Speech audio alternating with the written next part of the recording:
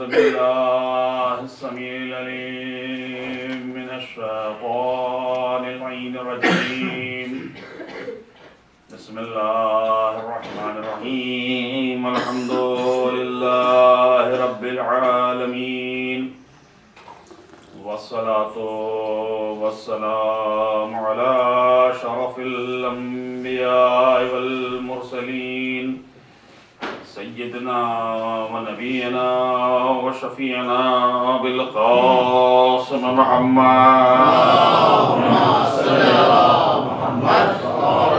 وآل بيته الطيبين الطاهرين الغر الميامين المعصومين واللعنة الله على أعدائهم أجمعين من يومنا وإلى يوم الدين.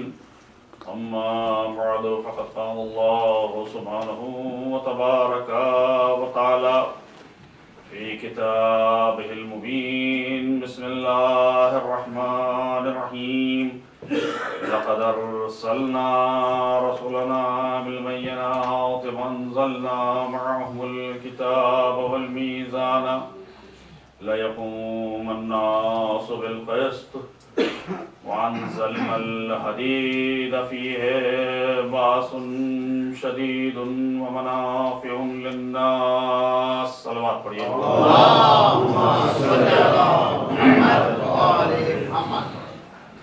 آپ تمام حضرات کا بے انتہا شکر گزار ہوں اور تمام مومنین کا کہ انہوں نے بڑی ہمت افزائی کی میری.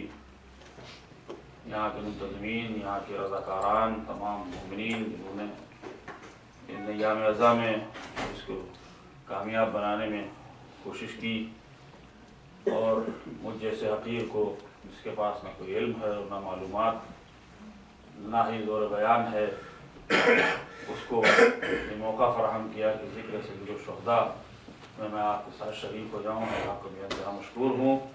پروردگار سے دعا ہے کہ آپ سب کو زندہ و سلامت اور خوشحال رکھے، تمام مصیبتوں سے اور تمام آفات سے محفوظ رکھے اور آپ کو بہتر سے بہتر ادائے حسینی برپا کرنے کی توفیق عطا فرمائے.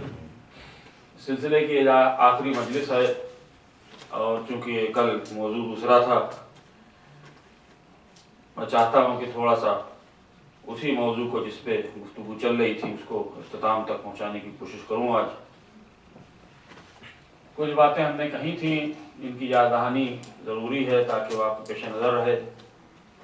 ان میں سے یہ تھا کہ ہم نے گفتگو کی تھی عدل سے اور تعریف عدل آپ کی خدمت میں پیش کی تھی اور عدل الہی تک ہماری گفتگو گئی تھی جس میں میں نے آپ کی خدمت میں عرض کیا کہ اللہ کا تمام کام اور تمام افعال پروردگار عدل پر مبنی ہے اور تمام چیزیں جو کرتا ہے اس کا ایک مقصد یا ہدف ہوتا ہے جس کے تحت وہ کام کیا جاتا ہے. پروردگار ہم سے بالا تر ضرور ہے اور ہم اس کا محاسبہ نہیں کر سکتے، لیکن جتنی اچھی اقدار ہیں ان کا سلسلہ ان کی انتہا اللہ ہی تک ہوتی ہے. اسی لیے اس کے وہ تمام نام اور تمام اوصاف جن سے وہ متصف ہے وہ اسی کی طرف اشارہ کرتے ہیں. جتنا خیر ہے وہ اسی کی جانب سے آتا ہے. دنیا میں اگر کہیں شر دکھائی بھی دیتا ہے تو شر ہو سکتا ہے کہ اس کی کوئی وجہ ہو اور شر بذات خود شاید شر نہ ہو، لیکن چونکہ وہ تقابل میں آتا ہے یا تمیز میں آتا ہے تو شر کی کیفیت اختیار کر لیتا ہے. لیکن یہ پوری دنیا جو اس نے خلق کی ہے اس میں امتیازات اور تمیز کو رکھ کے اس نے اس بات کو ہمارے لیے فراہم کر دیا ہے کہ ہم ہر حسن اور ہر خوبصورتی اور ہر جمال کو پسند کریں. اگر بدصورتی نہ ہو تو ہم حسن و جمال کو پسند ہی نہ کر پائیں گے. اس نے تمام امتیازات کو اس لیے رکھا ہے تاکہ انسان اس کی نعمتوں کو سمجھ سکے اور اس کی معرفت میں اضافہ ہو تاکہ وہ اپنے پروردگار تک پہنچ جائے. روز محشر بھی اس نے کہا ہے کہ ہم مکمل عدل کریں گے اور یہ بات عقلی طور پر بھی ہماری سمجھ میں آتی ہے کہ دنیا کے وہ ظالم جنہوں نے لاکھوں کروڑوں لوگوں کے اوپر ظلم کیا ہے، ایک موت جو یہاں ان کو ملتی ہے اس سے سینکڑوں لوگوں کی، ہزاروں لوگوں کی موت کا بدلہ نہیں ہوا. सद्दाम इस दुनिया से गया कई मिलियन को मार के, और उसके जाने के बाद एक बार उसको सजाए मौत मिली और खत्म। हमारी बेबसी ये है कि हम उसे दोबारा मौत दे नहीं सकते, लेकिन वो जो खालिक़े मौत और हयात है वो रोज़ महशर अपने अदल और इंसाफ के तहत हो सकता है उसको लाखों करोड़ों मौत फिर से दे और बार बार जिंदा करके मौत दे। ये उसके अदल का तकाजा है और हम उसी अदल के मुंतज़र हैं कि जो दुनिया में जुल्म हो रहा है, दुनिया में जुल्म बढ़ता जा रहा है दिन ब दिन हर तरफ, तो हम बहरहाल इलाही अदल के इंतज़ार में हैं और इसीलिए हम एक ऐसे के इंतज़ार में हैं कि जो दुनिया में आकर अदल और इंसाफ की हुकूमत को कायम कर देगा। और उसकी हुकूमत ऐसी होगी कि हर तरफ अदल और इंसाफ होगा, इल्म होगा, गुमराही ख़त्म हो जाएगी, लोगों की मार्फत बढ़ जाएगी। लोगों को तारीख कहती है कि 2 और 25 का फ़र्क होगा, तो जितना इल्म अभी 2 का है लोगों के पास, उससे दुनिया को इतना चमका लिया है और बना लिया है। और जब 25 का हो जाएगा इल्म उनके पास, तो कई गुना इल्म का इजाफा हो जाएगा। इसलिए फिर ताज्जुब नहीं होगा कि ज़मीन अपने ख़जानों को उगल दे और दुनिया में चैन और इंसाफ हर तरफ फैल जाए। मोमिन के घर से ज़रूरत की अशिया ले ले और जिसके घर से ले उसको कोई एतराज़ ना हो, जालिम कहीं इस दुनिया में ठहर ना पाए। और उसके बाद एक रजत का सिलसिला है, उस रजत के सिलसिले में तमाम आइम्मा अतहार की वापसी है। इस रजत में ऐसा ही नहीं है कि सिर्फ नेक लोग पलट के आएंगे, बल्कि बुरे लोगों को भी बुलाया जाएगा और उनको इसी दुनिया में सजा दी जाएगी। सलवात पढ़िए मोहम्मद। चुनांचे अगर रजत के सिलसिले में गुफ्तगू की जाए और कभी मौका होगा तो तफसीलन उसको भी आपकी खिदमत में पेश करूंगा, जिसके लिए छठे इमाम जाफर सादिक फरमाते हैं कि जिसका रजत के ऊपर यकीन नहीं है वो हम में से नहीं है। और अगर तफसील उसकी मुकम्मल पढ़ी जाए तो आप कई मजलिसों की ज़रूरत होगी कि जिसमें तफसील को बयान किया जाए और एक ऐसा ताबनाक और ऐसा खूबसूरत मंजर है कि जिसमें आइम्मा अतहार की मौजूदगी में इस दुनिया के कारोबार को चलाया जाए और उसमें सुकून और इत्मीनान हो और जहाँ एक से एक बढ़कर नूर की शुआएं हों जो इस दुनिया को रोशन कर रही हों। तो इंशाअल्लाह कभी वक्त होगा तो आपकी खिदमत में पेश करूंगा। हमारी गुफ्तगू में 2 हिस्से और बचे थे जिनको मैं आपकी खिदमत में पेश करना चाहता हूँ। मैंने एक दिन आपके सामने कई सवाल रखे थे, उनमें से एक सवाल ये था कि हम शफाअत के कायल हैं और शफाअत पर ये हमारा पूरा भरोसा है। हम ये मानते हैं कि रोज़ महशर कुछ हस्तियाँ ऐसी अल्लाह की मुकर्रब बारगाह हैं कि यकीनन हमारी शफाअत करेंगी, इसलिए हम उनसे ही दुआ भी करते हैं। लेकिन अगर शफाअत की जाए तो फिर अदल इलाही के ऊपर असर पड़ता है। लोग कहते हैं कि अगर आप अदल को मानते हैं खुदा की तो फिर ये शफाअत कैसी, और शफाअत तो अदल के मुखालिफ गुफ्तगू हो जाएगी। इसी तरीके से एक और मौजू रह गया है कि जिसकी तफसील शायद ना बयान कर पाऊँ, अगर वक्त होगा तो बयान करूँगा, और वो ये है कि लोगों के गैर मुस्लिमों के नेक आमाल का अंजाम। ये 2 गुफ्तगू ऐसी हैं, 2 हिस्से ऐसे हैं इस गुफ्तगू के जुज़ कि जो अदल इलाही से ही जिनकी वाबस्तगी है। अगर खुदा आदिल है और यकीनन आदिल है तो जिन लोगों ने नेक आमाल किए हैं लेकिन वो मुसलमान नहीं हैं, साहिब ईमान नहीं हैं, उनके नेक आमाल का क्या होगा आखिर? ये दोनों सवाल ऐसे हैं कि जो ज़हनों में अक्सर उठते हैं। लोग हमसे सवाल भी करते हैं कि फलां शख्स ने बड़े अच्छे काम किए और बड़े अच्छे रिफाई काम अंजाम दिए, लेकिन वो शख्स मुसलमान नहीं था, साहिब ईमान नहीं था। अब इसका क़यामत के दिन क्या होगा?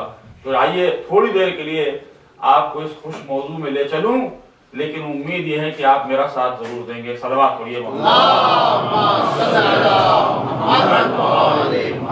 शफाअत के सिलसिले में कुरान मजीद में आयत मौजूद हैं और किसी भी मुतकल्लिम के कलाम की एक हैसियत है, खुदा के कलाम की भी बुलंदी की एक हैसियत है।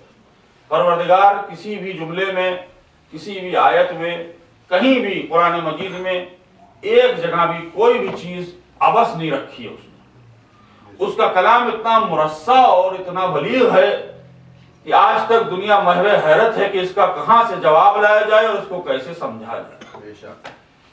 چنانچہ قرآن مجید میں شفاعت سے متعلق آپ کو آیات مل جائیں گی، اور ایک پورا گروہ ہے مسلمانوں میں جو اس کا قائل نہیں ہے، اس کے مخالف ہے، اور وہ کہتا ہے کہ یہ کچھ نہیں ہے۔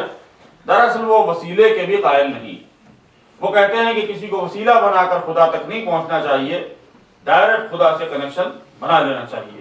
تو میں نے شاید آپ کی خدمت میں مثال بھی پیش کی تھی کہ اگر ایک بلب کے اوپر 440 وولٹ کا یا 1 ملین وولٹ کا وولٹیج ڈال دیا جائے اور بلب کی خود کی استطاعت 10 وولٹ کی 20 وولٹ کی ہو، تو آپ سمجھ لیجئے کہ کیا حشر ہوگا اس بلب کا، کیونکہ ڈائریکٹ کنیکشن جب وہ بنائے گا تو نہ بلب رہے گا، نہ وہ وائرنگ رہے گی، نہ وہ کنیکشن رہیں گے، سب کچھ ختم ہو جائے گا۔ بس پروردگار نے اہتمام ہماری نظر میں کیا ہے کہ وہاں کے ملینز آف وولٹیج جو اللہ کی طرف ہے اور ہمارے پاس کیا ہے جانتے ہی ہیں، تو ہماری چونکہ رسائی اس تک ہو نہیں سکتی ہے، لہذا بیچ میں کچھ ٹرانسفارمرز رکھ دیے گئے ہیں، سبحان اللہ، تاکہ وہ ہائی وولٹیج کو لے کے ٹرانسفارم کر کے ہمارے حساب سے ہماری استطاعت سے وولٹیج میں کنورٹ کر کے ہمارے حوالے کر دیں۔ تو دل میں جو بلب ہے وہ فوراً روشن ہو کر کے نور دینا شروع کر دے گا۔ صلوات پڑھ دیجیے محمد۔ تو اس لیے ہم وسیلے کے قائل ہیں، اور ہم جانتے بھی ہیں کہ اگر یہ رہبر خدا نہ آئے ہوتے اس دنیا میں خدا کے طرف سے بھیجے ہوئے، تو ہماری معرفت خدا کچھ نہ ہوتی۔ ہم ان کے ذریعے خدا تک پہنچے ہیں، تو ہم جس شاخ سے پہنچے ہیں ثمر تک، اس شاخ کو کاٹنے کے عادی نہیں، ہم اس شاخ کو ہرا بھرا دیکھنا چاہتے ہیں۔ ہم جس راستے سے گئے ہیں اس کے پلوں کو توڑنا ہمارا کام نہیں، ہم ذریعہ ان کا بھی شکریہ ادا کرتے ہیں، اس راستے کا بھی شکریہ ادا کرتے ہیں جو ہمیں منزل مقصود تک پہنچا دے۔ جانا وسیلہ ہے، منزل مقصد ہے، تو نہ وسیلے سے نفرت ہے اور نہ منزل سے نفرت ہے۔ ہم اس کے بھی شکر گزار ہیں، اور جہاں پہنچ گئے ہیں اللہ کا شکر ادا کرتے ہیں کہ اس نے ہم کو وہاں تک پہنچا دیا۔ تو وسیلہ اپنی جگہ خود ایک بحث ہے جس میں مجھے جانا نہیں ہے۔ اب چونکہ روز قیامت یہ ایک جنرل تھنکنگ ہے، لوگوں کے خیال ہے ذہنوں میں کہ اس دن چونکہ یہ لوگ کچھ لوگ شفاعت کریں گے اور وہ معاف کر دے گا، تو یہ عجیب و غریب بات ہوگی کہ وہ کچھ لوگوں کی سفارش کو قبول کر لے گا اور معاف کر دے گا، اور یہ اس کے عدل کے منافی ہے۔ ایک صلوات پڑھیے آپ لوگ۔ کوئی فلسفے کی گفتگو نہیں کر رہا ہوں حضور والا، ذرا آپ بھی ہمارا ساتھ دے دیجیے تھوڑی دیر کے لیے، اب آخری مجلس ہے یہ۔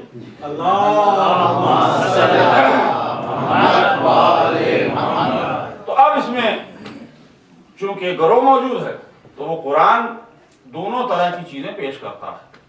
قرآن خود کہتا ہے کہ یہی قرآن اگر ہادی بن جائے تو لوگوں کی ہدایت کر دیتا ہے، اور یہی قرآن ہو سکتا ہے کسی کو گمراہ بھی کر دے، کیونکہ وہ قرآن کو جس انداز سے سمجھ رہا ہے وہ اللہ کا انداز نہیں ہے۔ اسی لیے امام کے پاس ایک شخص تھا جو آیا ملنے کے لیے، اور اسی زمانے میں ایک شخص وہ تھا جو قرآن میں ہی تضاد تلاش کر کر پوری کتاب تیار کر رہا تھا۔ امام نے اس سے پوچھا کہ تم اس کے پاس جاتے ہو؟ کہا ہاں بالکل جاتا ہوں۔ کہا تم جاؤ اور اس کے پاس اتنا جاؤ کہ تم پر وہ اعتبار کرنے لگے، اس کے شاگرد بن جاؤ۔ کہا ٹھیک ہے، اور جب بن جانا تو اس سے بس ایک سوال کرنا۔ کیا سوال کرنا ہے مولا؟ سوال یہ کرنا کہ جو قرآن کے معنی آیتوں کے تم سمجھ رہے ہو، کیا یہی معنی اللہ نے بھی بھیجے ہیں اسی معنوں میں؟ تو چنانچہ وہ قریب چلا گیا اور ساتھ رہنے لگا اور پڑھنے لگا اور تعلیم حاصل کی، اور کچھ عرصے کے بعد اس نے کہا کہ استاد ایک سوال ہے آپ سے۔ کہا پوچھو۔ کہا حضور یہ جو آپ کر رہے ہیں کام، اس میں جو معنی نکال رہے ہیں آیتوں کے، کیا یہ وہی معنی ہے جو اللہ نے جس انداز میں بھیجا ہے اسی معنی میں آپ لے رہے ہیں، یا اپنی طرف سے اس کے معنی بنا رہے ہیں؟ تو اس نے کہا کہ دیکھو میں بہت بڑا استاد ہوں، یہ میں جانتا ہوں کہ تمہاری استطاعت کتنی ہو، تم کتنے ہوشیار ہو، یہ بتاؤ یہ سوال تمہارا نہیں، کہاں سے لائے ہو؟ اب یہ چونکہ پھنس گیا تھا مشکل میں، اس نے کہا نہیں حضور میرا ہی ہے۔ کہا نہیں میں جانتا ہوں، تمہیں یہ نہ بتاؤ مجھے، یہ بتاؤ یہ سوال پوچھا کس نے؟ جواب یہ دیا کہ ہمیں مولا امام نے بتایا ہے، لہٰذا میں یہ سوال آپ کے پاس لایا تھا۔ بس یہ سننا تھا کہ اس نے کہا کہ بالکل سچ کہا ہے ابن رسول اللہ نے، اور میں اپنی پوری کتاب کو جلا کے پھینک دوں گا اور ان کے پاس چلا جاؤں گا تاکہ ان کی شاگردی میں آ جائے۔ تو جو قرآن کا وارث ہوتا ہے وہی بتا سکتا ہے کہ قرآن کے معنی کیا ہے۔ اب قرآن مجید میں جو لوگ منکرین شفاعت ہیں وہ کہتے ہیں کہ 14 آیتیں ایسی ہیں کہ جہاں انکار شفاعت کیا گیا ہے، تو چنانچہ اس کے استدلال کے لیے، اس کی دلیل کے لیے وہی آیتیں وہ پیش کر دیتے ہیں۔ یہ دیکھیں 14 آیتوں میں لکھا ہے کہ اس دن کسی کی سفارش، کسی کی شفاعت قبول نہیں کی جائے گی، مگر چونکہ آپ اگر کسی بھی کتاب کو اپنے زاویے سے اس میں جواب تلاش کرنا چاہیں تو آپ چونکہ ایک زاویہ بنا کے چلے ہیں، اپنے مطلب کی بات تلاش کریں گے اس میں اور اسی کو ثبوت کے طور پر پیش کریں گے۔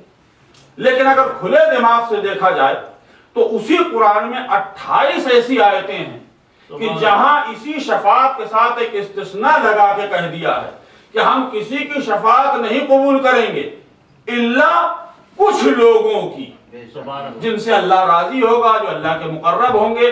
من ذا الذی یشفع عندہ الا باذنہ، آپ پڑھتے ہیں کون ہے جو اللہ کی بارگاہ میں شفاعت کرے؟ یہاں تک تو بات سمجھ میں آ گئی۔ اب جو الا باذنہ لگا ہے اس کا مطلب کچھ کو اجازت ہوگی کہ وہ اللہ کی بارگاہ میں شفاعت کرے۔ تو کسی بھی متکلم کے کلام میں یہ ہے کہ 10 مرتبہ اگر کسی چیز کو کہا ہے، منع کیا گیا اور ایک جگہ استثناء پیدا کر دیا گیا ہے تو ان 10 کے 10 اسٹیٹمنٹس میں وہ استثناء لگایا جائے گا۔ ایک صلوات پڑھیے محمد۔ دروازے پہ ایک بورڈ لگا دو، نو انٹری الاؤڈ، سیدھی سیدھی نو انٹری والا دروازہ بن جائے گا۔ لیکن اگر میں لکھ دوں کہ no entry allowed except employees for example, چند لوگ جا سکتے ہیں، سب نہیں جا سکتے، تو میں نے استثناء تو پیدا کر ہی دیا۔ اگر میں مکمل طور پر بند کر دیتا کہ نو بڈی بیونڈ دس پوائنٹ، یہاں سے آگے کوئی نہیں جا سکتا، تو مکمل دروازہ بند ہو گیا تھا۔ لیکن چونکہ میں نے کہہ دیا ایکسپٹ امپلائی یا امپلائی اونلی یا ممبرز اونلی، تو ہم نے استثناء تو پیدا کر دیا کہ سب نہیں آ سکتے ہیں لیکن ممبرز آ سکتے ہیں۔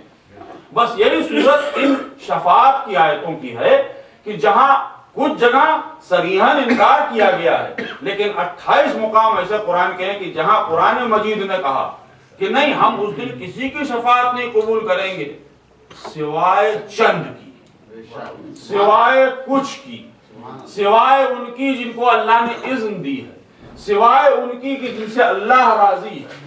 تو اب یہ تلاش کرنا ہوگا کہ واقعی اس نے مکمل طور پہ اس دروازے کو بند نہیں کیا ہے۔ فرق یہ ہے کہ وہ ہر ایک کی شفاعت کو قبول نہیں کرے گا، وہ کچھ ایسے ہوں گے جن کی شفاعت کو قبول کرے گا۔ صلوات پڑھ دیجیے۔ چونکہ آپ کے ذہن بوجھل ہو گئے ہیں، میں جانتا بھی ہوں 12ویں محرم میں آپ کے چھوٹے ہوئے ویسے بھی ہیں، ویکنڈ کا وقت ہے، تو میں آپ کے ذہنوں کو آسان کرنے کے لیے ایک چھوٹے سے اگزامپل سے آپ کو بات کو ثابت کر دیتا ہوں۔ کون سی گاڑی آپ لوگوں کو سب سے زیادہ پسند ہے؟ ہمارے ایک دوست ہیں، ان کو BMW بہت پسند ہے، ایک ہیں ان کو لیمبورگینی بہت پسند ہے، کسی کو کچھ کسی کو کچھ، آپ جو اچھی سے اچھی گاڑی سمجھ لیں۔ اس کے جو ڈیلر ہوتے ہیں وہ ہر شہر میں نہیں ہوتے۔ سبحان اللہ، سبحان اللہ۔ ایسی گاڑیاں آپ کو مل جائیں گی دنیا میں کہ جن کے ڈیلر آپ کو ہر شہر میں نہیں ملیں گے، وہ خاص خاص جگہوں پہ ہوتے ہیں جہاں لوگ افورڈ کر سکیں اس کو۔ ایسا نہیں ہے کہ وہ چھوٹے سے گاؤں میں جا کے ڈیلرشپ کھول لے گا، مام اینڈ پاپ کا اسٹور تو ہے نہیں، تو ڈیلرشپ بھی جو کھلے گی وہ بڑی خاص اور خاص کھلے گی، سبحان اللہ، اور وہاں سے ہی وہ مال بکے گا، وہی چیز بکے گی۔ سڑک سے آپ وہ گاڑی خرید لیجئے کسی سے، کسی کی کوئی ذمہ داری نہیں ہوگی، لیکن اگر آپ اس آتھورائزڈ ڈیلر کے پاس جائیں گے، وہ جو آپ کو گاڑی دے گا وہ فیکٹری سے مینوفیکچرڈ گاڑی ہوگی اور اس کے ساتھ تمام شرائط فیکٹری کے لگے ہوں گے۔ بہت بے شک۔ کیا لگے ہوں گے شرائط؟ मसलन इस गाड़ी को आप इस तरह चलाएंगे, इसमें किस तरह की गैस इस्तेमाल करेंगे, इसका ऑयल कब चेंज कराएंगे, वगैरह वगैरह जो शर्तें होती हैं आप सोच लीजिए। अब चूंकि सबसे आला किस्म की गाड़ी की हम गुफ्तगू कर रहे हैं, अब जितने की भी होती है मुझे तो मालूम भी नहीं, मैं तो अपनी खटारा गाड़ी चलाता हूँ, उसी को चलाता हूँ। लेकिन आप सबसे अच्छी गाड़ी जो सोच लें अपनी मर्जी से, $1 मिलियन की, $2 मिलियन, जितने की भी आती हो, उसके चंद डीलर इस मुल्क में आपको मिलेंगे, जबकि ये मुल्क रिच मुल्क कहलाता है, वेस्ट का बहुत रिच मुल्क है। लेकिन अगर आप तलाश करें तो हो सकता है अमेरिका में शायद आपको 10, 12, 14, 20 डीलर मिल जाए, उसके अलावा सब जगह उसके डीलरशिप ही नहीं। उसके साथ एक शर्त और भी होती है, और वो शर्त ये है कि इस गाड़ी में अगर कोई खराबी हो, चूंकि इतनी महंगी गाड़ी है, तो इस गाड़ी को आप महल्ले के जॉन साहब के पास ले जा करके तख्ते मश्क ना बनवाइए। सलवात पढ़ लीजिए मोहम्मद। अगर इसमें उन्होंने कुछ किया तो गाड़ी की वारंटी खत्म हो जाएगी। क्या बात है, ये शर्त होती है, मैं कोई नई बात नहीं बता रहा हूं, आप सब वाकिफ हैं। ऑथराइज्ड डीलर के पास ले जाएंगे, वो जो भी इसकी सर्विस है, मेंटेनेंस है, रिपेयर है, वही करेगा। उसके पास फैक्ट्री ट्रेन टेक्नीशियन मौजूद है। अब जनाबे वाला मैंने गाड़ी ले ली और पैसे तो खूब लगा लिए, मैंने पूरी जिंदगी का सरमाया पूंजी लगा दी उसमें। अब जाहिर है कि जब सब कुछ लगा दिया था तो मुझे ख्याल हुआ कि बड़े पैसे खर्चा हो गए, जरा सी खराबी आ गई, हालांकि इतनी अच्छी गाड़ी में आनी नहीं चाहिए, लेकिन आ गई इत्तेफाक से। तो मैंने सोचा कि अब मैं लेके जाऊं, पहले तो यहाँ से इतनी दूर उसके तो डीलरशिप है, फिर वहां ले आके अपॉइंटमेंट ले करके गाड़ी पहुंचाऊं अपनी, फिर वो ठीक करेगा, फिर जो उसकी कीमत ठीक करने की होगी वो भी आधा होगी। जब मिलियंस की गाड़ी है तो वाला उसको रिपेयर भी तो कोई मामूली थोड़ी होगी कि वो गाड़ी रियायत करके हमसे कह देगा ठीक हो गई गाड़ी, वो काम करेगा, और जो काम करेगा तो उसके टेक्नीशियंस काम करेंगे, उनकी जो आप समझते हैं सब कुछ इन बातों को। तो मैंने सोचा कि इतना लंबा काम कौन करे, महल्ले वाला तो बड़ा समझदार हमारा मैकेनिक है। अब जान के आगे आप जो भी लगा ले, नाम बहुत है,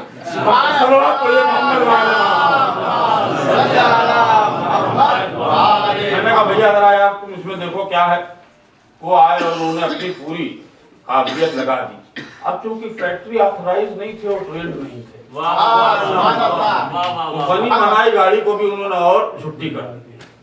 अब मैं लेकर गया डीलर के पास तो करवा के, और मैंने कहा कि भाई क्या कहा जाए, वो उसके पास जो ऑथराइज्ड डीलर है, गाड़ी खराब हो गई। उसने देखा था कि उसने कहा किसी साहब ने जिनकी जिम्मेदारी नहीं थी उन्होंने इस गाड़ी में हाथ लगा दिया है, तो लिहाजा मैं तो अब इसकी गारंटी ले ही नहीं सकता हूँ। उन्होंने ये भी शर्त लगा दी थी जब मैंने गाड़ी ली थी, कोई खराबी हो आप हमारे पास लाइएगा, हम इतने साल तक, इतने वक्फे तक या इतने माइल्स तक बिल्कुल फ्री आपका सारा काम करेंगे। अब चूंकि मुझे जरा जो कहने मेरा दिमाग खराब हो गया, अकल मारी गई, वो भी कह दीजिए कि मैंने किसी नौसिखिया को ये काम दे दिया, चुनांचे जो मेरी वारंटी थी वो भी चली गई। अब मैं लाख मैन्युफैक्चरर से लड़ता रहूं, वो कहेगा नहीं तुम अगर इस डीलर के जरिए मेरे पास आए होते, यकीन करो गाड़ी चाहे वारंटी से आगे भी चली जाती, हम अपनी फैक्ट्री की साख को बरकरार रखते, तुमको फिर भी फ्री काम करके हम देते। आप बताइए जो मैन्युफैक्चरर की कंडीशंस हैं वो जुल्म है या आदिल है?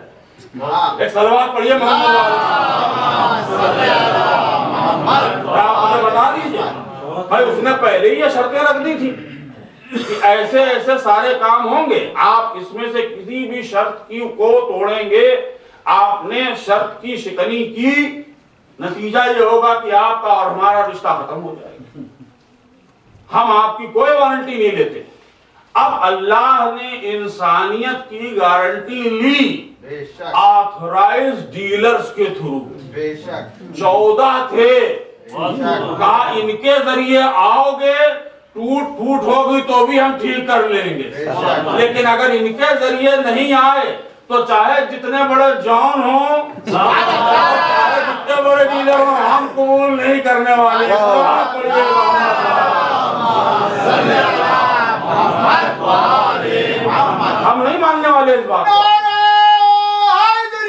تو یہ تو بالکل سامنے کی بات ہے. اب اس نے کہہ دیا ہے کہ ہم شفاعت مانیں گے تو ان سے ہی مانیں گے. پہلے دن کہہ دیا اس نے. جب وہ بار بار کہہ رہا ہے کہ اس کی شفاعت قبول ہوگی، وہ سفارش کرے کہ جو ہم سے راضی ہم اس سے راضی، تو اب رضا دیکھنی پڑے گی، عہدہ نہیں دیکھنا ہوگا. سبحان اللہ. دنیا کے بڑے بڑے بادشاہ بیٹھے ہوں، اللہ راضی ہے ان سے یا نہیں، تو اب رضی اللہ کہہ دینے سے کام نہیں چلنے والا. وہ جس کو کہہ دے کہ میں راضی ہوں، بلکہ یوں کہہ دوں کہ جس کے حوالے اپنی مرضی کر کے اس کا نفس خرید لے، بس وہی کرے گا شفاعت اور کوئی نہیں کر سکتا. ایک صلوات پڑھیے محمد. نہ یہ عادت کے منافی ہے اور نہ عادت سے باہر ہے اور نہ عادت سے غلط ہے. اس نے ماڈل ہی ہمارا ایسا بنایا. اس کے ساتھ جو مینول بھیجی ہے اس میں بھی بتا دیا ہے شرطیں. اب تم اپنے ہی ماڈل کو توڑ لو، شرطوں کو توڑ لو، تو اب یہ تمہاری اپنی پرابلم ہے، اس کو کوئی کچھ نہیں کر سکتا. وہ جو نا امید شفاعت ہیں وہ انکار شفاعت کرتے ہیں. جن کو امید ہے کہ شفاعت ہوگی، یقیناً ہوگی اور معلوم بھی ہے. 2 رکعت کی نماز کی آپ اپنی وقت بتا دیجئے مجھے. میں تو آپ کے بیسک تمام عقائد کو جھنجھوڑ ہی رہا ہوں اس پورے اشرے میں. ذرا مجھے بتا دیجئے آپ کوئی 2 رکعت کی نماز جو آپ نے زندگی میں پڑھی ہو، اول سے لے کر آخر تک مکمل آپ کی توجہ رہی ہو، مجھے بتا دیجئے. میں واقعی مان جاؤں گا کہ آپ واقعی بہت بڑے عابد و زاہد ہیں. الحمد کا سورہ تو شروع کر لیتے ہیں اور جب تک ہم پہنچتے ہیں السلام علیکم ورحمۃ اللہ وبرکاتہ تک، آپ بتائیے کہ عقل کہاں سے کہاں تک پہنچ جائے. پتہ نہیں کیا کیا یاد آتا ہے حضور والا. چابی وہاں رکھ دی، بیوی وہاں گئی ہوئی ہیں، بچے وہاں ہیں، میرے گھر میں کیا ہو رہا ہے، دیکھو باہر کا تالا لگا کہ نہیں. 50 چیزیں ذہن میں آتی ہیں. بلکہ جو چیز کھو گئی ہو تو لوگ کہتے بھی ہیں کہ 2 رکعت نماز پڑھ لو، اپنے آپ ہی یاد آ جائے. ذہن اور عقل اتنا زیادہ فوکسڈ ہو جاتا ہے کہ پھر سمجھ میں آتا ہے کہ نہیں وہ اچھا یاد آ گیا، وہاں رکھ دیا ہے کہ نہیں. 2 رکعتی نماز کی جب اوقات یہ ہے، وقت یہ ہے، تو آپ بتائیے کہ نماز قابل قبول ہے؟ ہوگی قبول؟ بھائی آپ نے کم سے کم 2 رکعت نماز میں 4 منٹ لگائے ہوں، 5 منٹ لگائے ہوں، 2 منٹ میں ختم کر لی ہو، جلدی کر لی ہو. علی اکبر بھائی جیسی تیزی سے نپٹا دیا. تو آپ جتنی تیزی سے بھی نپٹا لیں، 2 منٹ تو لیتے ہی ہوں گے آپ. اس 2 منٹ کا فوکس مکمل اللہ کی طرف ہو. مجھے آپ بتا دیجئے کوئی نماز، میں مان جاؤں گا. اور ہم اور آپ کیا ہیں، سید رضی اور سید مرتضیٰ جیسی شخصیتوں کے بارے میں بات کر رہا ہوں کہ ایک بھائی نماز پڑھا رہا ہے اور دوسرا بھائی ہٹ کے چلا گیا کہ نماز میں نہیں پڑھوں گا ان کے پیچھے. ماں سے جا کے شکایت کی کہ میرے پیچھے سے نماز چھوڑ کے چلے گئے. انہوں نے کہا ان کے ذہن میں جو خیالات آ رہے تھے وہ میرے لیے قابل قبول نہیں تھے کہ میں ان کے پیچھے نماز پڑھوں. ذرا سوچئے کہ کون ہستیاں تھیں. جب ان کا ذہن وہاں تک جا سکتا ہے تو ہم اور آپ ہما شما کیا کیفیت ہے ہماری نماز کی. تو قابل قبول نماز ہی نہیں ہے بھائی. اور نماز دین کا ستون. تو جتنا بھی کام کیا ہے اس میں جو نیت تھی، جو کام کیا، جو عمل انجام دیے، ان کی کیفیت کیا ہے آپ جانتے ہیں. کیا وزن ہے ان کا بھی معلوم. قبولیت کہاں سے ہوگی؟ ہر نماز میں جب تک شفاعت نہ ہو قابل قبول نہیں ہو سکتی. تو اب کہنا پڑے گا کہ جس نے نماز پڑھی اور صلوات نہیں بھیجی ہے، وزن پیدا نہیں ہوگا نماز میں. نماز تبھی قبول ہوگی جب تک ان پر صلوات نہ بھیج دی جائے. اس کا مطلب یہ ہوا کہ نماز ان سے مس ہو کے جائے گی، نماز تو قبول ہوگی. نماز کے تو شفیع وہی بن گئے. تو جب ایک ایک کام ہم جو کر رہے ہیں اس کی شفاعت ان کے ذریعے ہی ہو سکتی ہے، ورنہ کسی عمل میں وہ کیفیت ہے ہی نہیں. تو آپ بتائیے کہ روز محشر لاکھ انسان کا ایک بہت بڑا زاہد اور بہت بڑا عبادت گزار تھا اور بڑے روزے اور نمازیں کرتا تھا اور کچھ اپنا اعمال انجام دیے، کہاں سے وزن لے آئے گا اپنے عمل میں جو قابل قبول ہو؟ یہ تو وہ محبت کی کشش ہے حضور والا جو وزن پیدا کر دیتی ہے. جس طرح سے زمین میں کشش ہے جس سے انسان وزن دیکھتا ہے کسی چیز کا، بس وہی کشش ہے محبت اہل بیت کہ جس کی وجہ سے ہر چیز قابل قبول ہو سکتی ہے۔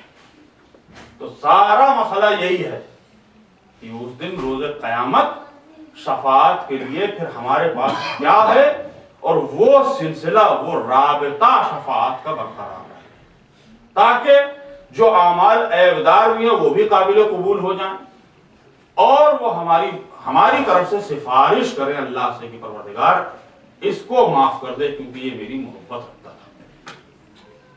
بس یہی ہے، ہم اس کے قائل ہیں، ہم جانتے ہیں کہ ہم بہت عیبدار انسان ہیں، ہمارے بڑے گناہ ہیں اور ہر لمحہ گناہوں میں ہی گزرتا ہے۔ کچھ نہیں ہے آپ کہیں کہ صاحب میں نے بالکل گناہ نہیں کیا، تو آپ کو پتا بھی نہیں، شاید غیر ارادی طور پہ آپ گناہ کر رہے ہیں۔ گھر سے بہت اچھے کپڑے پہن کے نکلے، میرے پڑوسی کے پاس اتنے اچھے کپڑے نہیں، ذرا سا میں نے شو کر دیا، دیکھو میری شرٹ دیکھو کیسی ہے، ڈیزائنر شرٹ پہنی، اس سے کہا بھی نہیں، دل میں آ گیا خیال، اتنے ہی شاید میرے اعمال کے ختم ہونے کے لیے کافی ہو جائے۔ آپ سوچئے کہ ہم لوگ کہاں تک قدم قدم قدم قدم کہاں تک ان چیزوں سے اسٹرگل کریں، ہمیں معلوم بھی نہیں۔ تو بس سارے اعمال کی قبولیت اور ساری شفاعت کا مسئلہ حل تبھی ہوتا ہے کہ جب ہم ان کی بارگاہ میں پہنچ جاتے ہیں۔ اسی لیے قرآن مجید کی ایک آیت ہے کہ اے رسول، وہ لوگ جو اپنے نفسوں پر ظلم کرتے ہیں اور پھر استغفر اللہ کہتے ہیں، اللہ سے توبہ کرتے ہیں، واستغفر لہم الرسول، اور آپ سے آ کے کہتے ہیں کہ یا رسول اللہ آپ ہماری طرف سے توبہ کریں، تو لو وجد اللہ توابا کریما، تو آپ دیکھیں گے کہ پروردگار ایسے لوگوں کے لیے کتنا تواب اور کریم ہے۔ تو قبولیت توبہ میں بھی اگر رسول شامل ہو گئے تو توبہ قبول ہو جائے گی۔ آپ سمجھ رہے ہیں اس بات کو کہ اللہ ان کی بات کو کبھی مانے، ایسا نہیں کہ نہ مانے، اور بات سیدھی سیدھی ہے بھی، اللہ کی کوئی رشتہ داری تو ہے نہیں، استغفر اللہ۔ اس نے جو کہا اس پر انہوں نے 100% سے زیادہ عمل کیا، جو وہ حکم دے رہا ہے یہ کرتے چلے جا رہے ہیں۔ تو ایک دن تو ایسا ہونا چاہیے کہ جو یہ کہیں وہ اس کو مان لے، اور اس میں نہ اس کی خدائی پر اثر پڑنے والا ہے اور نہ ہی اس کے عدل کے اوپر اثر پڑنے والا ہے۔ صلوات پڑھ دیجیے۔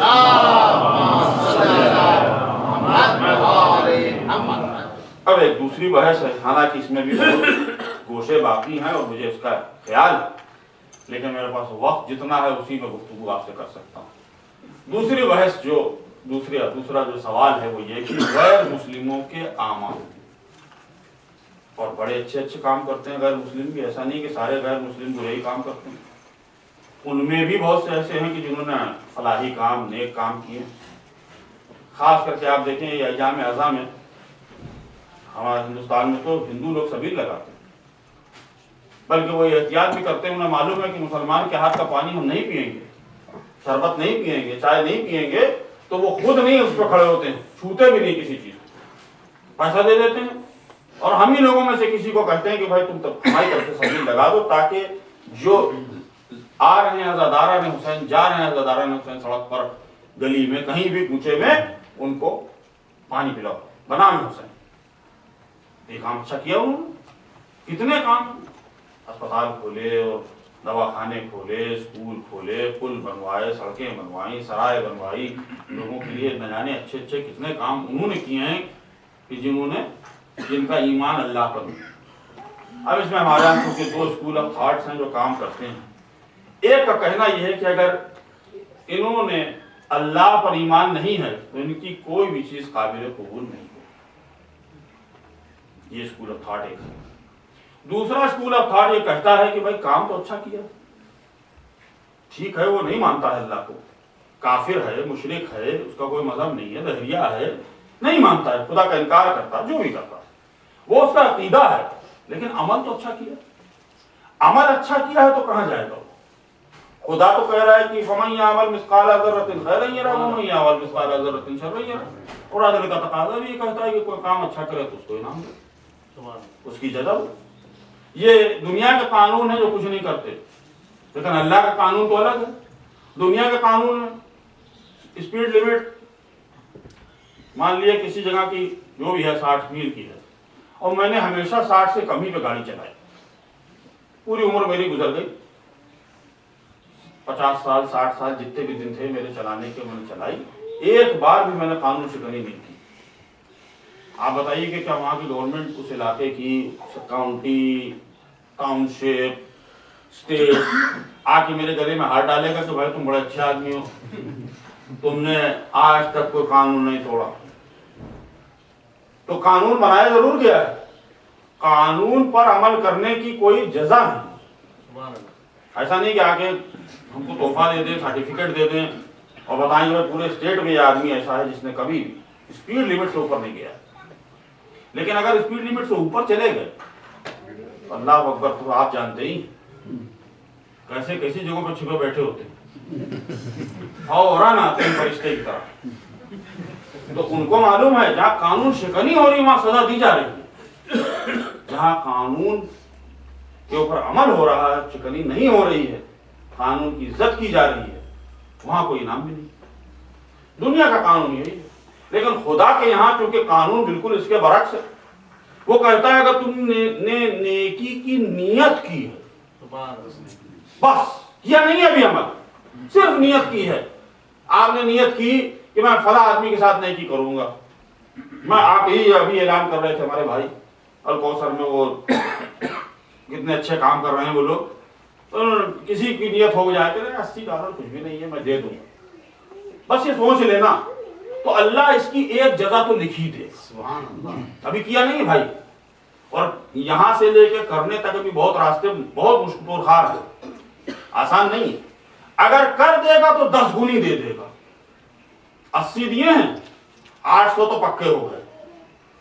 हो सकता है कि वो अल्लाह ये नहीं कह रहा है कि हम 800 पे रुक जाएंगे, उसके खजाने कुदरत में कोई कमी तो है नहीं।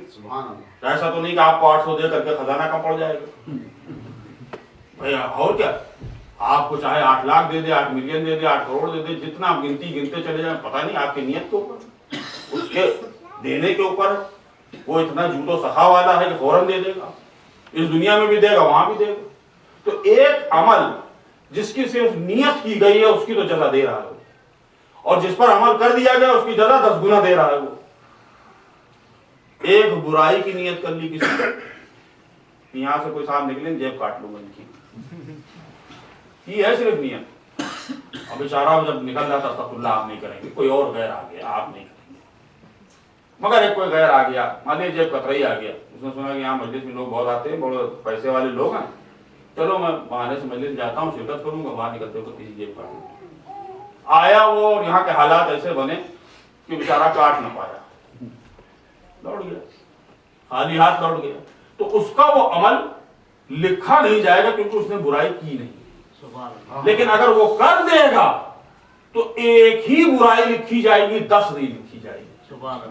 तो ये तो हमारे साथ है, पूरे इंसान बनी नौ इंसानियत के लिए भी है, खास करके मोमिनीन के लिए, कि उनको एक का 10 गुना देता है। तो वही खुदा जब गैर कोई अच्छा काम कर रहा है, तो यहाँ एक अस्पताल बनाया तो वहां क्या 10 अस्पताल मिलेंगे उसको। यहाँ उसने एक फलाही काम कर दिया है कि पानी पीने के लिए उसने जो है वो हैंडपंप लगवा दिया है, कुएं बनवा दिए, चश्मे बनवा दिए, वो क्या आखिरत में उसका सवाब मिलेगा कि नहीं मिलेगा? मानता नहीं था खुदा को। ये बहसें बहुत ज्यादा हैं, लेकिन आपको एक दूसरे नजरिए से जरा सा थोड़ी देर के लिए जरा गौर कर लीजिए। एक अमल की चूंकि खुद अपनी हैसियत होती है, मैंने आपसे कहा था ना कि खुद अपने आप में अच्छाइयों की क्या हैसियत है या नहीं। अरे 10 आप कह सकते हैं सच्चाई अच्छी चीज है, नेकी अच्छी चीज है, ईमान अच्छी चीज है, तकवा अच्छी चीज है, लोगों के साथ अच्छे से पेश आना अच्छी चीज है, इनकी अपनी हकीकत है। और एक ये है कि इनकी एक आलमे माना में, आलमे अरवाह में, आलमे मलकूतियत में अपनी हैसियत है जो हम देख नहीं पाते। मसलन एक साहब ने अस्पताल खोला, वो काफिर थे, सर गंगा राम अस्पताल है ना लाहौर में। हमारे यहाँ वो शेर साहब सूरी साहब गए थे, जीटी रोड बना, जब पूरे हिंदुस्तान में गए, मैं जो भी सोच रहे, अभी मदर टेरेसा ने अस्पताल खोल दिया है, खोल दिया अस्पताल। ये अस्पताल खोला गया है तो बहरहाल इससे नेकी तो हो रही है, مطلب یہ تقریب کاری کے لیے تو کھولا نہیں گیا ہے، مریض جا رہا ہے، اس کا علاج ہو رہا ہے، تو ایک سلسلہ بذات خود اس عمل کا ہے کہ جس سے نیکی ہو رہی ہے، اس میں کوئی ڈاؤٹ نہیں ہے کہ اس سے نیکی تو مل رہی، لیکن کس نیت سے کھولا گیا تھا تاریخ نہیں لکھتی۔ شیخ ساسوری نے اپنے نام کے لیے جتنی روڈ کھولی تھی یا لوگوں کے فلاح کے لیے کھولی تھی؟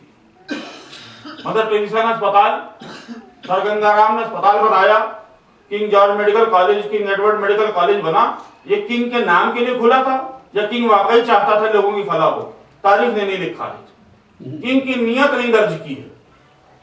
تو فلاح کا کام تو سلسلہ چل رہا ہے، لیکن ہم نیت سے واقف نہیں کہ کیا تھی، سمجھنا ہے؟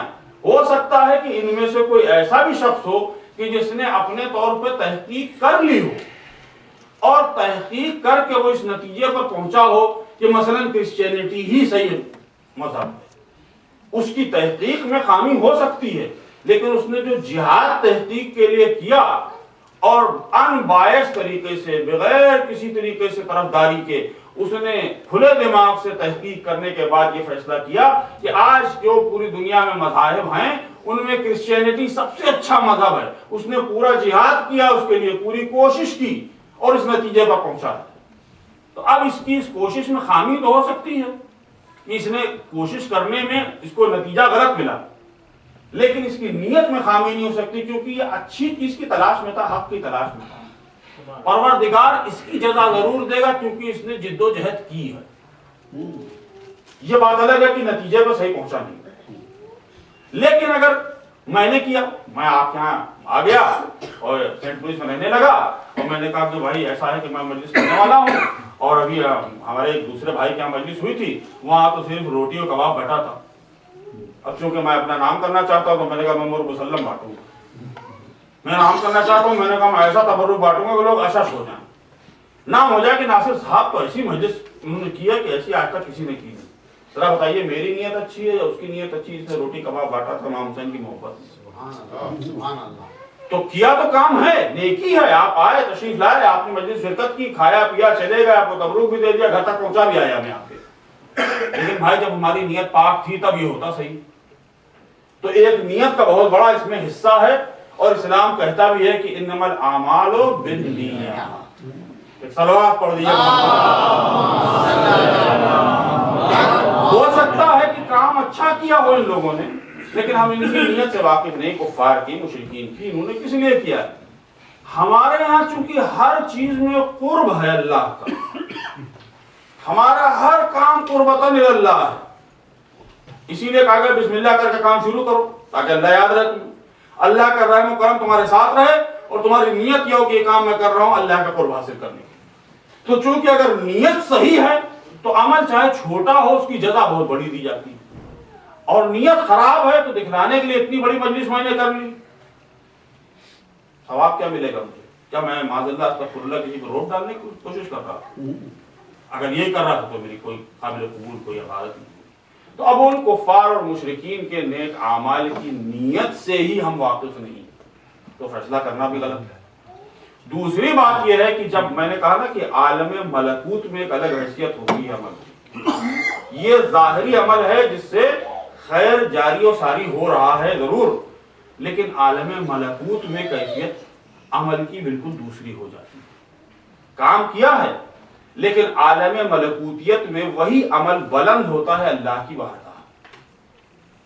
جن لوگوں کو اللہ پر ایمان ہی نہیں ہے یا بضد ہیں، ضدی قسم کے لوگ ہیں جو مانتے ہی نہیں ہیں اللہ کو، تو ان کا عمل کیسا، چاہے وہ اچھا عمل کیوں نہ ہو، جانا ہے اس عمل کو بہرحال اللہ کی بارگاہ میں عالم ملکوتیت میں۔ جب وہ اللہ کو مان ہی نہیں رہے ہیں تو ان کا عمل عالم ملکوتیت میں بلند ہوگا کیوں کا؟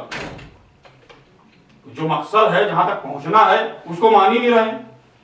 میں چاہوں کہ میں چڑھ جاؤں زینے پر، اوپر چھت پہ پہنچ جاؤں، لیکن میں مانتا ہی نہیں کہ چھت کوئی چیز ہے، تو لاکھ میں کوشش کروں کیا کروں گا، میری کوئی حیثیت ہی نہیں ہوگی اس کی۔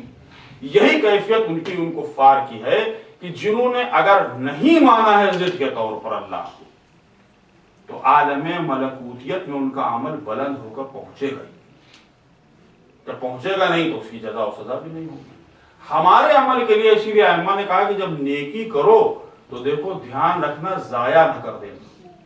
किया तो बड़ा अच्छा अमल, बाहर निकले गीबत कर ली, जो करके गए थे यहाँ वो बाहर बराबर करके निकल लिए। जो अमल आलम मलकूतियत में बुलंद हो रहा था ये गीबत की, वो फिर नीचे पहुंच गया। तो इसलिए हिफाजत करने के लिए कहा है कि जो नेकी करो उसमें अपने अखलाक और किरदार से उस नेकी को महफूज करो ताकि तुम कुछ सरमाया लेके अल्लाह की बारगाह में पहुंचो। ये दोनों का फर्क है।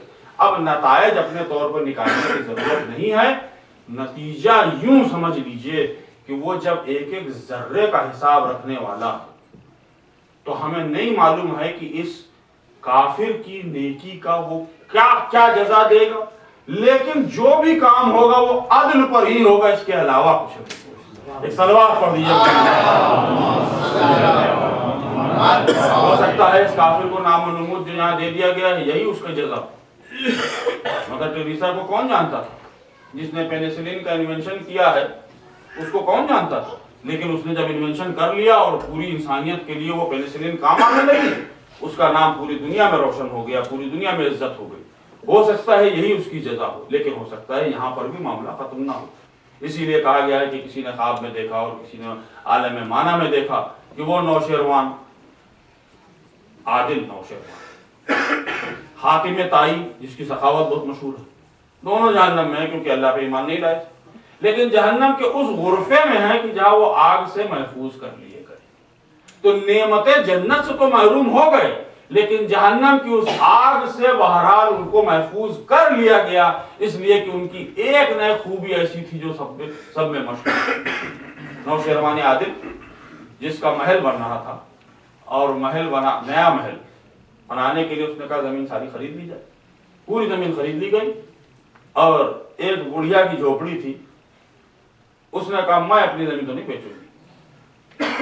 नौशेरवान चूंकि अदल करता था, उसने अपने सिपाहियों से कहा, अपने वजीर से कहा कि खबरदार इस बुढ़िया को यहां से नहीं हटाना, ना इसकी जमीन लेना, और मैं जितनी जगह है उसी में महल बनाऊं।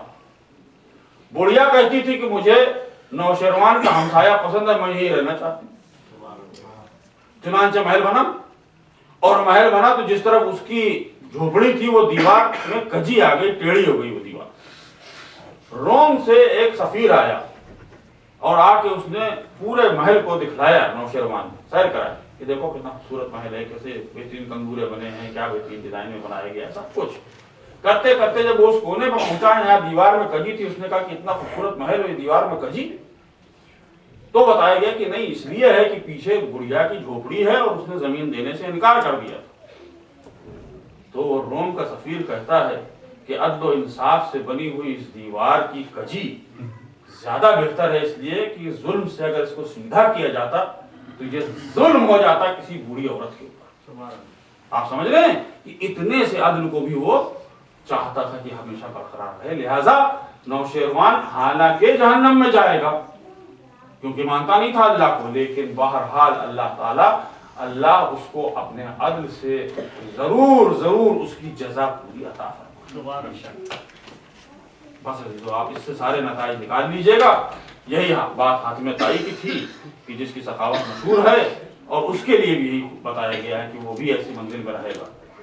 बात यह है कि असल में जो नीयत है अमल की वो पाक और पाकीज़ा होनी चाहिए, ताकि अमल अगर मुख्तसर सा भी किया जाए तो वो काबिल कबूल बन जाए। वरना बड़े बड़े अमल करने वाले अगर नीयत अच्छी नहीं रखते हैं तो उनका अमल काबिल कबूल नहीं हो सकता। एक नीयत अगर सही हो तो आप बताइए कि एक तलवार चलाने में, यूं उठा के चलाने में कितनी देर लगती है? आप लोगों ने सुना भी होगा, आपके हाथ में भी रही हो कभी तलवार, या हो सकता है छड़ी हो, कुछ भी हो, यूं उठाइए और यूं गिराइए, कितने सेकंड लगे भाई? 1 सेकंड, 2 सेकंड। इसकी क्या है हैसियत? तलवार उठाई चला। लेकिन अगर नियत अच्छी हो तो एक जरबत इबादत सकलैन से भारी, और अगर नियत अच्छी ना हो तो लाख आप रहिए बज़्म रसूल में कोई काबिल कबूल इबादत नहीं। आप बताइए कि वो एक ज़रबत कैसे इबादत सकलैन से भारी हो सकती है। इसलिए कि नियत रज़ाए इलाही से उठी हुई वो तलवार दुश्मन खुदा के ऊपर चलने वाली थी। और मैं तो कहता हूं कि अजीब कैफियत है। मैंने अभी आपको नमाज की कैफियत बताई, इसके लिए पैगंबर कहते हैं इन कबिलत मा सिवा व इन रुद्दत मा सिवा। अगर ये कबूल तो सब कबूल, और नमाज नहीं कबूल तो कुछ भी कबूल नहीं। इतनी अहमियत है नमाज की। जिहाद की मंजिल क्या है भाई? पहले नमाज, फिर रोजा, फिर हज, फिर ज़कात, फिर खुम्स और फिर जिहाद। छठे मंजिल की इबादत है वो, पहले मंजिल की नहीं है, छठे मंजिल की इबादत है, छठे लेवल की इबादत। छठी लेवल की इबादत में हजरत अली ने कितनी तलवारें चलाई, कितनी बार चलाई। आप सोचें, जंगे ओहद है, खैबर है, खंदक है, जंगें कितनी लड़ी, आखिर तक लड़ी, कितनी मर्तबा तलवार चलाई होगी। एक ज़रबत उसकी इबादत सकलैन से भारी है। तो मालूम हुआ कि नियत अली की इतनी पाक और पाकीज़ा थी कि बातिल को काट तो रही थी, लेकिन रज़ा इलाही में इतना ज्यादा इस्तग़राक़ था अली कि काट के रख दिया। और वजन इतना था कि हमारा और आपके और सबके सजदे उसके आगे बराबर उसके आ ही नहीं सकते।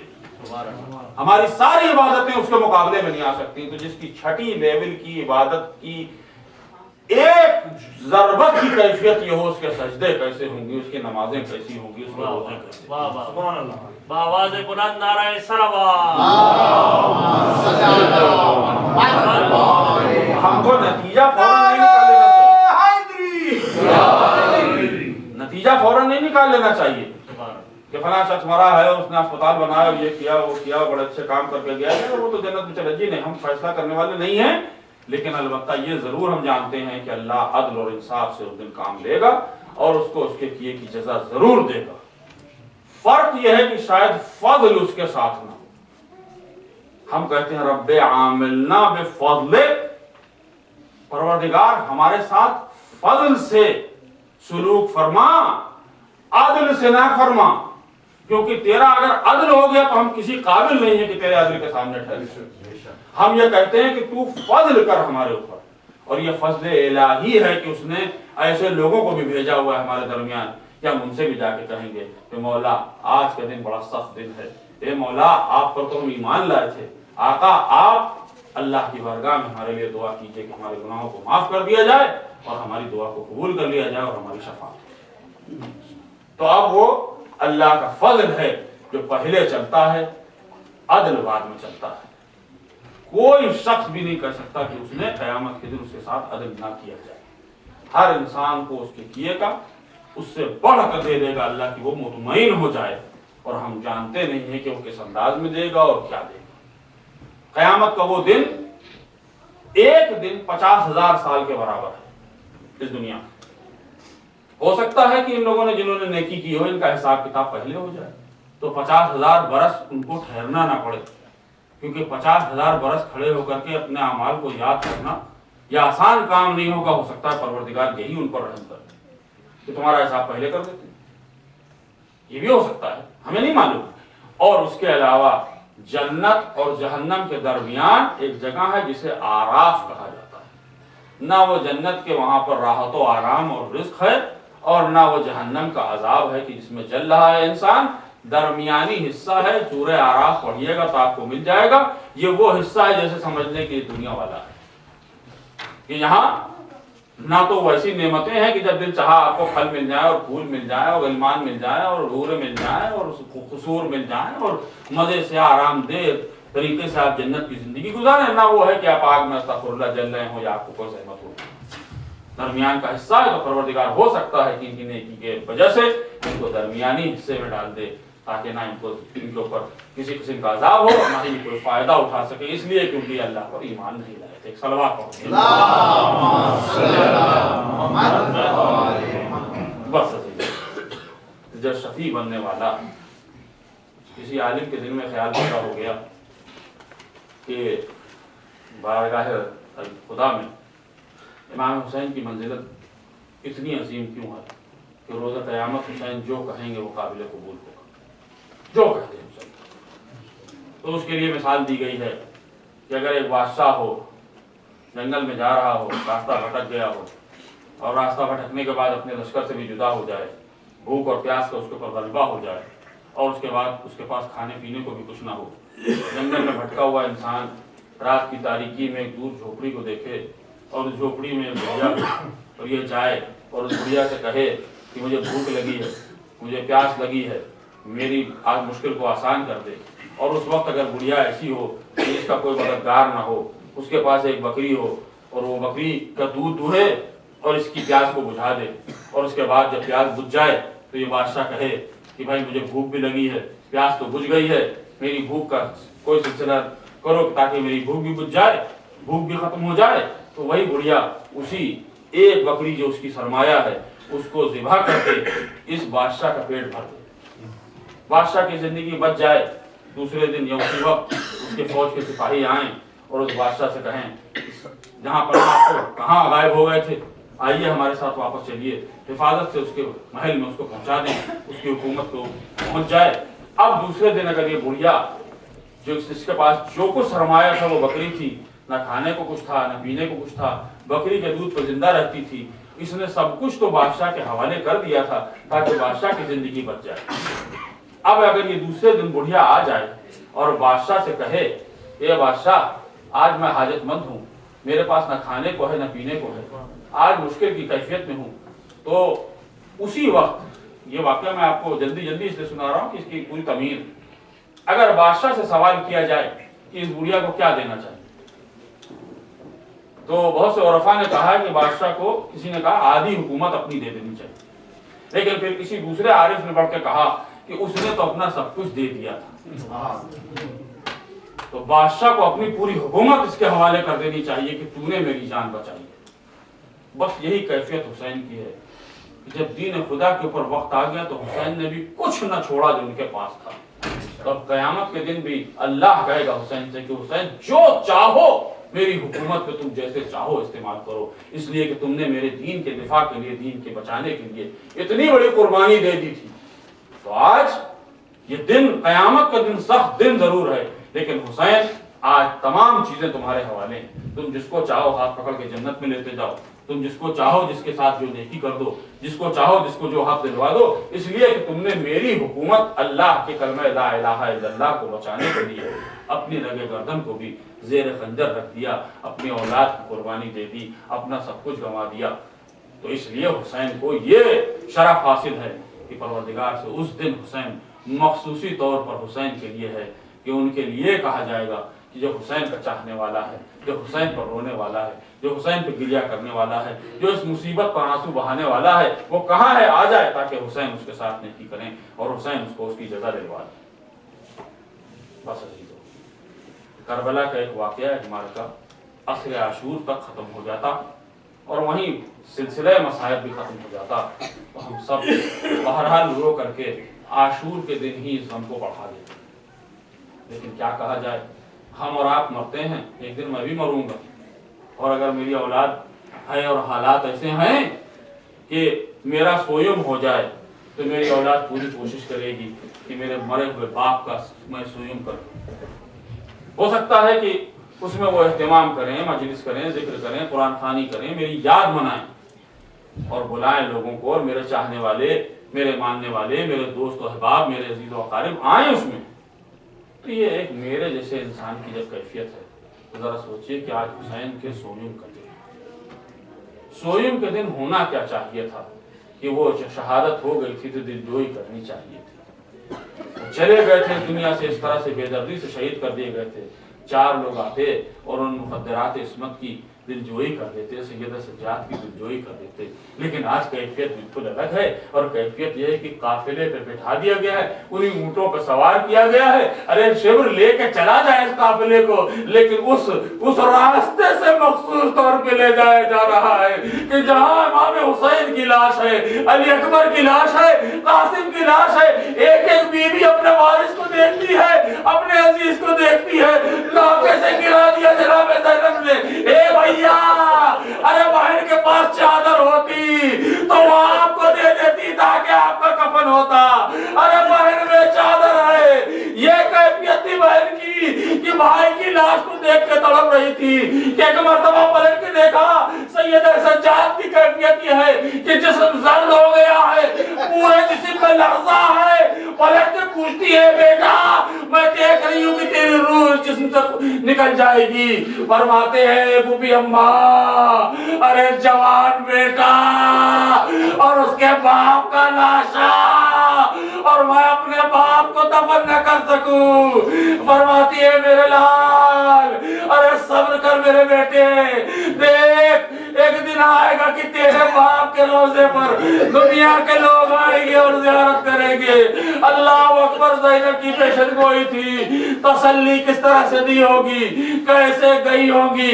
मैंने आपको बताया था कल के मसाइब के बाब में, काफिला चलते चलते कूफे के नजदीक पहुंच रहा है। यहाँ हाल यह है कि लाशें वैसे ही पड़े हैं। इन मलऊनों ने अपने नजिस लाशों को तो दफन कर लिया, हुसैन और उनके असहाब के लाशें धूप में पड़े हुए हैं। बनी हाशिम बनी असद के लोग अपने घरों में खौफ और निसार के कैफियत में हैं, वो निकल नहीं सकते। शायद वो डर गए थे यजीद की फौज से। लिहाजा कुछ औरतें थीं कि जो पानी भरने के लिए नहर अलकमा पर आई हैं। बनी असद की औरतें थीं, जब वो नहर अलकमा के पास जा रही थीं तो उन्होंने इन बिखरी हुई लाशों को देखा और उसके बाद पलट के अपने कबीले में जाके कहा कि तुम पर वाय होए मेरे कबीले के मर्दों, हुसैन का लाशा फर्जंद रसूल का लाशा पड़ा है और तुम दफन नहीं करना चाहते हो, जाओ और जाके दफन करो। जब उन्होंने उनकी गैरत को ललकारा है तो ये मर्द निकल के आए, ये बनी असद के मर्द थे। आज भी वो आते हैं रोज़े आशूरा का भला यरसम अंजाम देने के लिए। उस वक्त वो आए, आकर जब माजरा देखा, किसी लाश को एक जना देख पा रहे थे, समझ में नहीं आ रहा था किसको किसके साथ दफन किया जाए, किसको किसके साथ और किस तरीके से दफन किया जाए, कौन सा जुज किस लाश का है। इसी हालत में परेशान थे कि दूर से एक सवार को आते हुए देखा। जैसे ही सवार को आते हुए देखा ये डर गए कि शायद यजीद की फौज न हो, लेकिन सवार जब आया तो आके उसने सलाम किया। सलाम का जवाब देके समझ गए कि ये सलामती के लिए आया है। पूछा तुम लोग यहाँ कैसे हो? कहा हम क्या बताएं, ये लाशें पड़ी है, दफन करना चाहते हैं लेकिन हमारी समझ में नहीं आता कैसे इनको दफन कर दें। लिहाजा हमारे ये अकल में नहीं आ रहा है, समझ में नहीं आ रहा है कि कैसे किसको दफन किया जाए। बस वो सवार उतरा और उसने कहा कि लाओ मैं तुम्हें बताता हूँ कैसे कैसे दफन किया जाए, देखो मेरा साथ देना और मैं दफन करूंगा इनको। उसने एक एक लाशें को जच्चा करने के बाद दफन करना शुरू किया। गंजे शहीदा में लाशों को लिटाया, दफन किया। हर लाश को जिसको वो लिटाता था उस पर गिरिया करता जाता था। कभी किसी की जवानी को याद करता था, कभी किसी के बुढ़ापे को याद करता था। एक मर्तबा एक लाश को जो सबसे दरमियान में थी वहां आया, उसने अपने आप को गिरा दिया और कहता है अरे बाबा ये अली इब्न हुसैन ये सैयद सज्जाद क्यों कर आपके इस लाशे को देखे। और उसके बाद कहा कि जाओ चटाई लेके आओ। लाश को उसमें रखा गया, टुकड़ों को रखा गया और उसके बाद इसने उसको सुपुर्दे खाक किया। सुपुर्दे खाक करता जा रहा था, इसकी आंखों से जैसे लगता था कि एक दरिया बह रहा हो आंसुओं का। और दफन करने के बाद फिर उसके बाद आज अपने हाथ से एक अजब जुमला उसके ऊपर लिखा है। क्या लिखता है? हाजा कब्र हुसैन कद कोतेला शाना। अरे हुसैन की कब्र है जिनको प्यासा शहीद कर दिया गया। उसके बाद रिवायत करती है कि ये जवान आगे बढ़ा और तराई की तरफ गया, वहां एक लाशा था। उस लाश को जैसे ही इसने देखा है अपने आप को गिरा दिया। एक चचा अरे सैयद सज्जाद आ गया है। और उसके बाद इसने उस लाश के टुकड़ों को दफन किया और दफन करने के बाद उस कब्र से लिपट कर इतना रोया कि कब्र को तर कर दिया। उसके बाद ये सवार उनका शुक्रिया अदा करके एक मर्तबा फिर सवार होकर जाने लगा। ये पहचान ना पाए थे, इन्होंने उसके कदमों को पकड़ लिया। अरे आने वाले तूने बड़ी मदद की है लेकिन बता तो दे कि तू कौन है। कहा तुमने हमको पहचाना नहीं। अरे मैं इसी मजलूम हुसैन का बेटा अली इब्न हुसैन हूँ।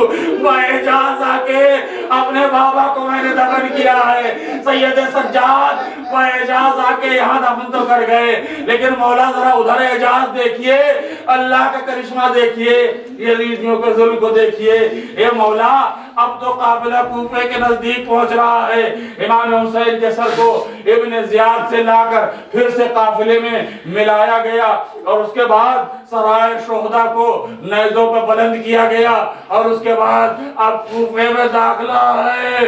जरा अजीजों सोचिए कि वो कूफा जहां अली की हुकूमत थी, वहां आज अली की बेटियां जा रही है। अरे क्यों कर सब्र कर सकती थी।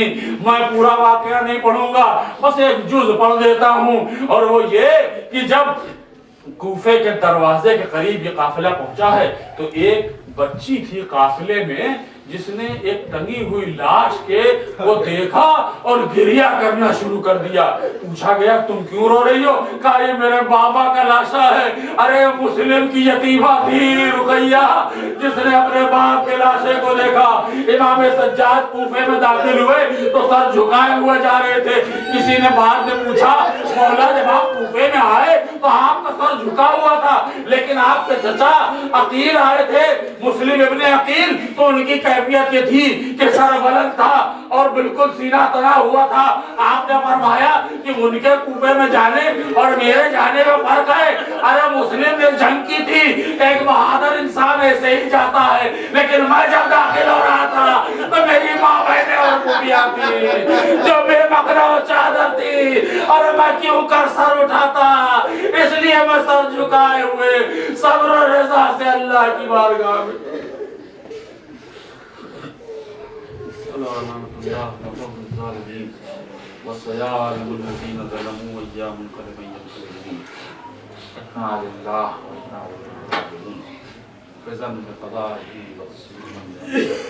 आने वाले शहादत को हमारी कबूल फरमा, आने वाले सजदे में जितनी भी मजालिस की हैं उन सब को कबूल फरमा, हमारे गुनाह कबीरा और सगीरा को माफ़ कर दे, हमारी तौबा को कबूल कर ले। हुसैन के सदक़े में हमको हुसैन की ज़ियारत से शरफ़ याद पालने वाले हुसैन का वास्ता है। ज़ैनब के रोज़े, जनाब रुक़ैया के रोज़े, जनाब सकीना के रोज़े और तमाम मकामात मुक़द्दसा की हिफाज़त फरमा। परवरदिगार हमको सही मानों में हुसैन का चाहने वाला बना दे, हमें नेक अमल की तौफ़ीक़ अता फरमा, हमको सही तरीके से अहले बैत के जादे पर चलने की तौफ़ीक़ अता फरमा, हमको ऐसा बना दे कि जब सरकार का ज़रूर हो तो उनके गुलामों के गुलामों के गुलामों में हमको शुमार किया। हमारी नई नस्ल को भी यही तौफ़ीक़ अता फरमा। रब्बना तक़ब्बल मिन्ना इन्नका अंतस समीउल